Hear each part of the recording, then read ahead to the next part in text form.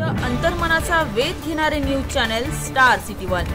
राज्यातील आणि देशातील राजकीय घडामोडी पाहण्यासाठी आणि इतरही बातम्या पाहण्यासाठी सबस्क्राइब करा स्टार सिटी वन।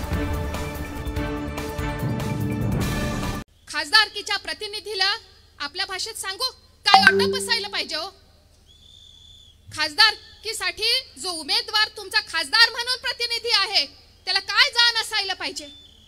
फक्त पीक विम्याचे पैसे मग फक्त अचलपूर मतदारसंघात कसे जास्त भेटतात, इतरत्र का भेटत नाही? कारण पांदन रस्ता काय असतो हे प्रहारच्या कार्यकर्त्याला माहित आहे, हे लक्षात घ्या। शेतकरी शेतमजूर हे तोंडाने म्हणून फक्त उच्चारायचे शब्द नाहीत, शेतकरी म्हणताना हे सतीचं वाण आहे हे लक्षात घ्या।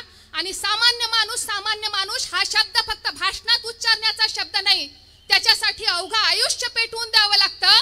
तेव्हा प्रहारच्या एका शब्दावर ही हजारोंची गर्दी जमा होते, हा समर्पणाचा भाव आहे। तुम्ही काय अमरावतीच्या लोकांचं प्रतिनिधित्व मागच्या 5 वर्षापासून करतायत आणि आज यावेळी सुद्धा मला वाटतं 2004 ला सन्मान्य रफिक शेठ बहुधा उमेदवार होते आणि आज ते या स्टेजवर आहेत। यावेळी जर अमरावतीकरांनो आपण आपला हा निर्धार, आपण आपला हा जोश मतदानामध्ये परिवर्तित केला नाही तर लक्षात घ्या जशी प्रजा असते तशा प्रकारचा राजा आपल्याला मिळतो। आपण आपली काय लायकी आहे हे जर सिद्ध करायचं असेल तर हा सगळा उत्साह, ही सगळी ऊर्जा कोणीतरी सच्चा भाजपचा कार्यकर्ता असेल तर मी सुद्धा मोदीजींची लेक आहे, माझा सुद्धा निरोप त्यांच्यापर्यंत जाऊ द्या की मेरा भारत मेरा परिवार म्हणणाऱ्या आणि पार्टी विथ द डिफरन्स असणाऱ्या भाजपला हे लोक कसे बदनाम करतायत दाखवा एकदा। ही दडपशाही नाही, ही लोकशाही आहे हे लक्षात घ्या।